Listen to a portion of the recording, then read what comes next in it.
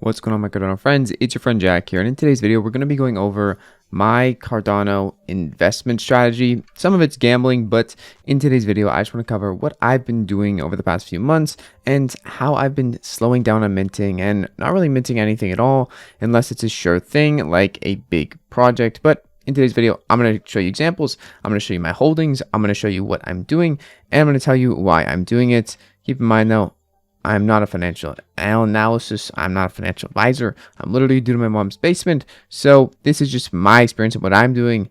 Now let's get into the video. First things first though, if you don't want to spend all of your money on NFTs and you want to keep some ADA aside, you can then stake that ADA, help decentralize your Cardano network, and earn passive ADA on it by staking with the Jack stake pool. Now, first things first, I want to mention that not all the time is minting going to be the best way forward. I actually think minting's not a great way forward at all. It really depends on the projects, and a lot of time minting is borderline gambling, and NFTs in general are borderline gambling, even when you're investing. That being said, I do think there are ways you can increase your odds of success in projects for the assets that you hold, those values to go up. Some of the ways you can do that is by doing your own research and not just throwing your money into every new mint you see, trying to get a quick, 10 ADA flip or whatever it may be. To me, flipping can be profitable, but it takes a lot of time, and it's not something I'm really interested in, as I'd rather find things I'm convicted in, hold them long term, have the value go up, and then possibly take some profits down the line when the numbers are much more astronomical than just a few percent. So, today I want to show you an example first of me getting lucky. Pixels, Dead Pixels was one of my first projects I've ever minted, and I did hold on to all of them pretty much, except for about one or two that I gave away, and this is because I had a lot of conviction in them. Conviction is really important, I think, especially if you're going to make astronomical gains and if you want to make a lot of money in NFTs. If you don't have conviction in a project, you're likely just going to sell it for a little bit of profit and then go use that profit to mint projects that probably don't give you any profit or a small fraction of the profit that you might have gotten from holding on to something. So in terms of Dead Pixels, there's nothing really I can say to you that's going to help you out in terms of getting an opportunity like this. Truthfully, the people behind Dead Pixels, or the person AF, and the way Dead Pixels came to life and attracted my eyes was just the revolution and the innovation that was going on behind the scenes, the way they minted, and also everything Dead Pixels has done since. And that is likely not really going to happen again. But there are a lot of ways which I think are better than just minting every project. And that involves stacking projects or getting into projects while they're building and already minted, but don't have that much attraction. And projects that are continuing to build and constantly push out updates and have larger teams, or in the case of Dead Pixels, a really dedicated team that has pretty much the ability to conquer all roles, including development, including communication, including marketing. That is something that's very rare to someone who has all those skills. But if you can find a team that is fully equipped with all the knowledge, able to push out a project from the game or from whatever utilities are promising all the way to the development and the marketing, that is going to be your safest bet. I know from personal experience that running a project without those guarantees of a developer, of someone to help you with marketing and everything else, or doing it solo, is very hard to conquer. And these people who are pulling it off and showing that there's a lot of promise there, whether it be Makasi, whether it be a project you're interested in, if they're showing progress and development constantly, if they have a dedicated team, if they have multiple people on the team pushing forward and doing things every day, that is a huge a huge green flag that goes against, they're just there to make money, because they are ultimately there to build something that has lasting value. And to me, that's really important, and especially transparency overall between a team and a project and what they're doing is going to help push up the floor value of your assets long term. Keep in mind, I said long term, okay? I initially got into Makasi and got my original 40 ITOs, which are now at 489, at around an average price of 210 ADA. At the time, I bought a bunch at 210 to 250, bought a little bit below, around 180, and the floor price dipped back down to my buying price. But because I knew the project was building and it had a lot in store, I'm not really too worried, and I was never too worried that the floor price was going to go underneath my initial investment. And if it did, at the end of the day, the money invested in the project was money that I was okay with losing, as I know these things are quite gambly and inherently have a lot of risk, but also have a lot of potential upside. Basically, the gist of my strategy is don't just mint every project.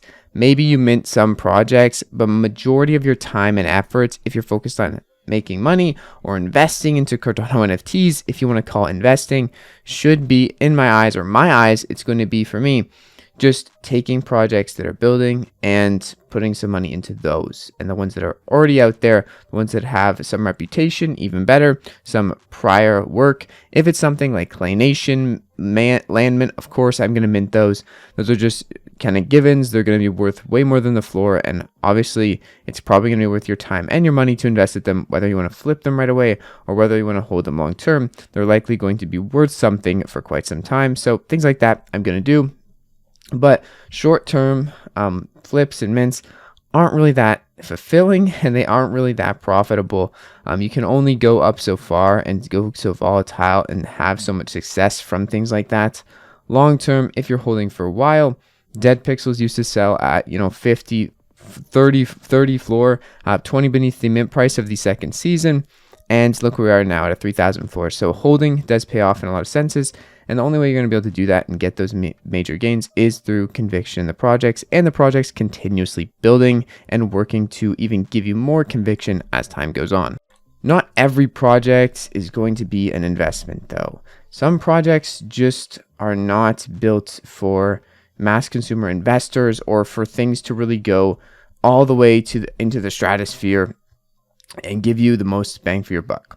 Not everything should be treated in Cardano NFTs as an investment. Some things are really just for fun, or they are really just about overall community and participating in something.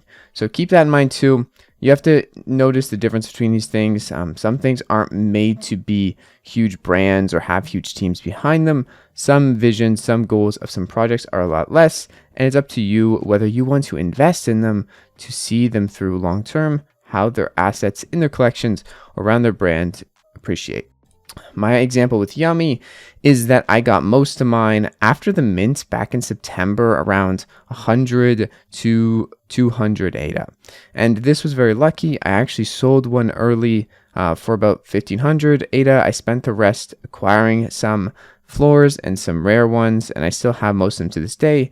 Then later on, and not long ago, about January, when the floor was around 300, I went back and I bought about 5 more or 6 more and a bunch of seasonal ones as well, just because overall I like the project. I think getting these assets is not as fulfilling at the time when you're grabbing them off the market and you're paying 200 ADA, but long term this strategy has worked a lot more for me than just minting projects, simply because there is a lot more potential for these things long term than just a quick flip off a mint short term.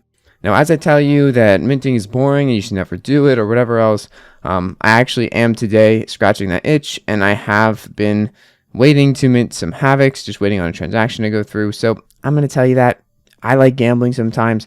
I like throwing my money away and hoping it maybe comes back in double amounts or triple amounts, or maybe it won't at all. But I'm just letting you know that sometimes I'm still going to be minting, but most of my time and money into Cardano NFTs will be spent on investing or putting capital towards the things I really think are going to do well over the next 3 to 12 months. Another example of me investing rather than minting was about 4 months ago. Instead of throwing 1500 ADA into however many mints and getting minor profits, if any, because I'm just gambling at that point and kind of still am here.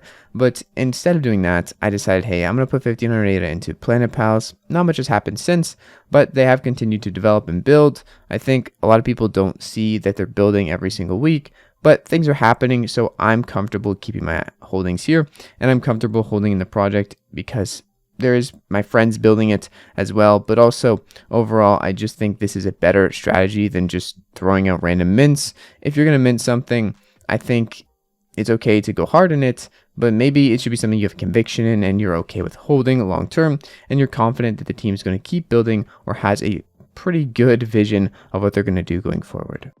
At the end of the day, the fundamentals of a project are going to drive its floor price and are going to drive community, whether it is Makasi, whether it is Dead Pixels, whether it is Yummy, whether it's a different bag that I don't have, because these are all things I hold, so keep that in mind. There is other great projects out there that I don't hold, I don't really have conviction in, but you could have conviction in them. So whether it be this project or that project, keep in mind there is going to be a lot of emotions there when you're dealing with a lot of money, and especially when you see the price pump from, say, 300 floor all the way to a 500 floor in the matter of 2 weeks. There's going to be sell-offs, there's going to be people dumping, there's going to be many things happening. But if you're in the projects long term, I think you're going to be better off than if you're just minting. So that's really my strategy.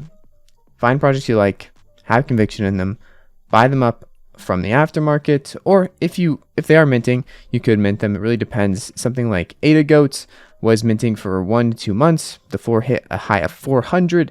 It's now at 200. The mint was far less than 200. I believe it's around 50. So things like that happen.